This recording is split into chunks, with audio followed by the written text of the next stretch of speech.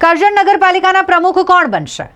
આગામી 5 માર્ચે કરજણ નગરપાલિકાના પ્રમુખ માટેની ચૂંટણી યોજાવાની છે. બપોરે 3 કલાકે આ ચૂંટણી યોજાશે. તે પૂર્વે વાત કરીએ ઉમેદવારોની. સૌથી વધુ ઉમેદવારોએ આ વખતે નગરપાલિકા પ્રમુખ બનવા માટે ઉમેદવારી નોંધાવી છે. આ વખતે સામાન્ય સ્ત્રી અનામત છે, એટલે કે નગરપાલિકા પ્રમુખ સામાન્ય સ્ત્રી બની શકે અને માટે 5 ઉમેદવારો જેમણે ઉમેદવારી નોંધાવી છે નગરપાલિકાના પ્રમુખ માટેની. 3 ક્ષત્રિય છે, 1 પટેલ અને 1 શાહ. એવી રીતના 5 જે ઉમેદવારો છે તેઓએ નગરપાલિકાના પ્રમુખ બનવા માટેની તૈયારી દર્શાવી છે.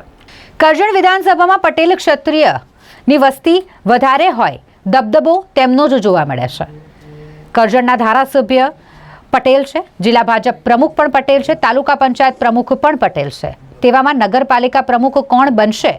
શું પટેલને જ પ્રાધાન્ય આપવામાં આવશે કે કેમ, તે સવાલ ઊભો થઈ રહ્યો છે. દાવેદારોની વાત કરીએ તો નીલમબેન ચાવડા, ઇલા ઇટાલિયા, ઉર્વશી સિંધા, જ્યોતિબેન અને તેમની સાથે નેહા શાહ, આ તમામ જે મહિલા ઉમેદવારો છે તેમણે કરજણ નગરપાલિકા પ્રમુખ બનવા માટેની દાવેદારી નોંધાવી છે. નીલમબેન ચાવડા, જેઓ કરજણ ભારતીય જનતા પાર્ટી યુવા મોરચાના પૂર્વ ઉપપ્રમુખ અને હાલના મહામંત્રીના ધર્મપત્ની છે, તેઓએ નગરપાલિકા પ્રમુખ બનવા માટે દાવેદારી નોંધાવી છે. ઇલા ઇટાલિયા, જેઓ પણ નગરપાલિકા પ્રમુખ બનવા માટેના દાવેદાર છે, પરંતુ તેમની ઉંમર ક્યાંક તેમને નગરપાલિકા પ્રમુખ બનવા માટે રોકી શકે છે, કારણ કે 62થી વધુ તેમની ઉંમર છે.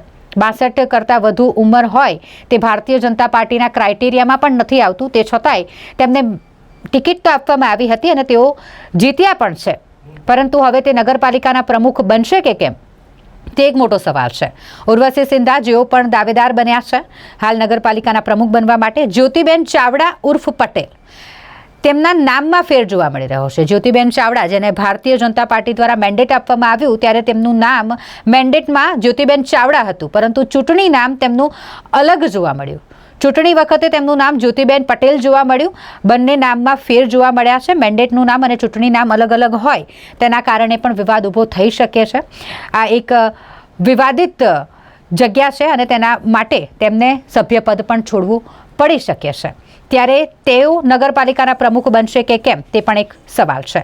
નેહા શાહ, જેમણે પણ દાવેદારી નોંધાવી છે, જેઓ કરજણના નથી અને પોતે વડોદરાના રહેવાસી છે. ફક્ત ને ફક્ત ચૂંટણી લડવા માટે અને ચૂંટણી જીતવા માટે તેઓ કરજણમાં 1 મહિનાથી ઘર ભાડે રાખીને રહેતા હતા. હવે જ્યારે તેઓ ચૂંટણી જીતી ગયા તો પરત વડોદરા જતા રહ્યા છે. નગરપાલિકાના પ્રમુખ બનવા માટેના દાવેદાર બન્યા હોય ફરી કરજણમાં આવ્યા છે. કરજણ અને વડોદરા વચ્ચે જે અપડાઉન નેહા શાહનું ચાલી રહ્યું છે, ત્યારે નગરપાલિકાના પ્રમુખ બન્યા બાદ તેઓ જવાબદારી નિભાવશે કે કેમ, તે પણ એક મોટો સવાલ છે. હવે જોવું એ રહ્યું કે કરજણ નગરપાલિકાના પ્રમુખ કોણ બનશે.